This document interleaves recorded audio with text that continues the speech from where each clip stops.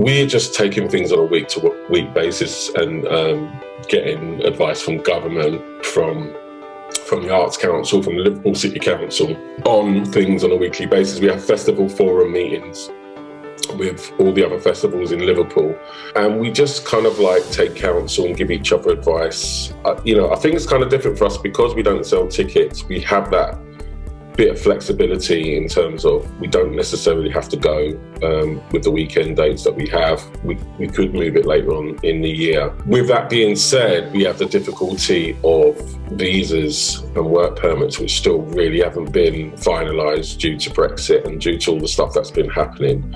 So bringing international artists to the UK is still going to be problematic. And then we also have to look at the fact that even if festivals do get the go-ahead, what sort of infrastructure has to be in place in order for the festival to happen, because it's quite clear that, you're not going to be able to have festivals at the way they were. Although stuff could happen this year, it's at what cost and, what are going to be the restrictions on people. So again, we're just taking counsel on a week-to-week basis and see where we go from there. But it's not just the festivals and the festival directors, it's all the staff, it's the production, people that work, doing staging and lighting and all that sort of stuff.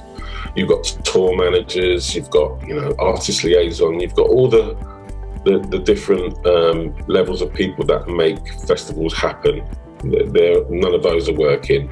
And then you've got people like printers, you've got videographers, photographers. There's just so many people. And then if you add on to that, all the restaurants and the taxis and the hotels, I think what people didn't realise is how important the industry is, or the entertainment industry, not just music, but comedy and all the other stuff, is to the city of Liverpool. We thrive on it. It's kind of what makes the city go round. So I think it's only when things like this, or only since this has happened, that people have realised that the knock-on effect is just astronomical in terms of the industry. And I think that we need to make sure these, not just Oyé, but all the festivals in Liverpool are protected, because I don't see, I travel around the country a lot, I travel around the world a lot. I don't see a lot of cities that have such a diverse programme of festivals running, right from April right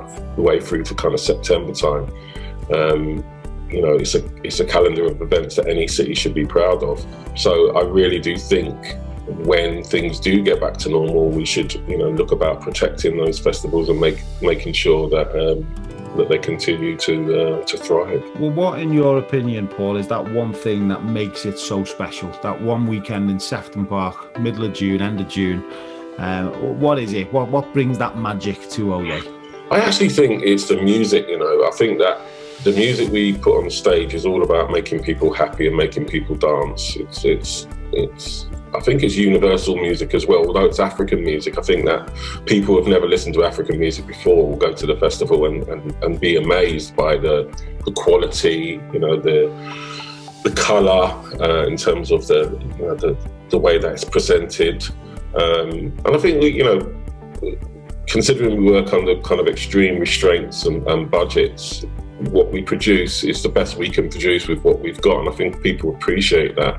We might not have the kind of infrastructure places like Glastonbury have, but we do. I think everybody mucks in, and I think everybody around the city as well, all the DJs that come and play, all the local organisations, who showcase their work as well. That's really important, is showing not just what we do, but all the organisations, the sub-organisations, and community organisations in the city, what they do as well. They can showcase their talents for the rest of the year, so they can thrive as well. So I think that it's just for me, it's the magic of Liverpool as a city, mixed with the music that we put on stage, that creates this unique ambience that everyone talks about. It is unique, and listen, fingers crossed we will be there in June, if not later on this year. For now, though, we can bring a little bit of Oyé magic into our homes, can't we? Just tell us what's happening right now. Yeah, so we started in December a new feature called Oyé Nyumbani, which translators, Oyé at home in Swahili, for anyone out there.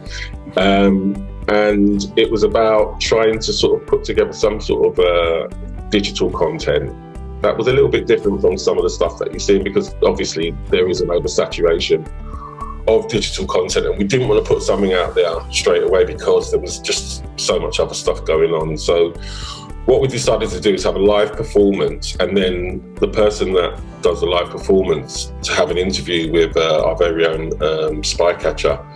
And then also a live DJ set, and it works really well. Our first one was with an artist called Dabi Tori, who's from Mauritania, and he did our December edition.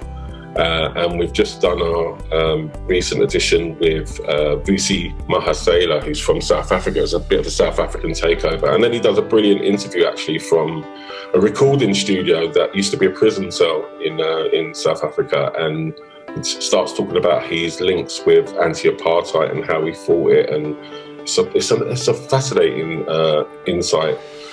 And then also we have DJ Essa, who's a South African DJ. He does a DJ set. So that went out last Friday on YouTube and Facebook, but people can catch it again on those platforms, and also on africaoye.com.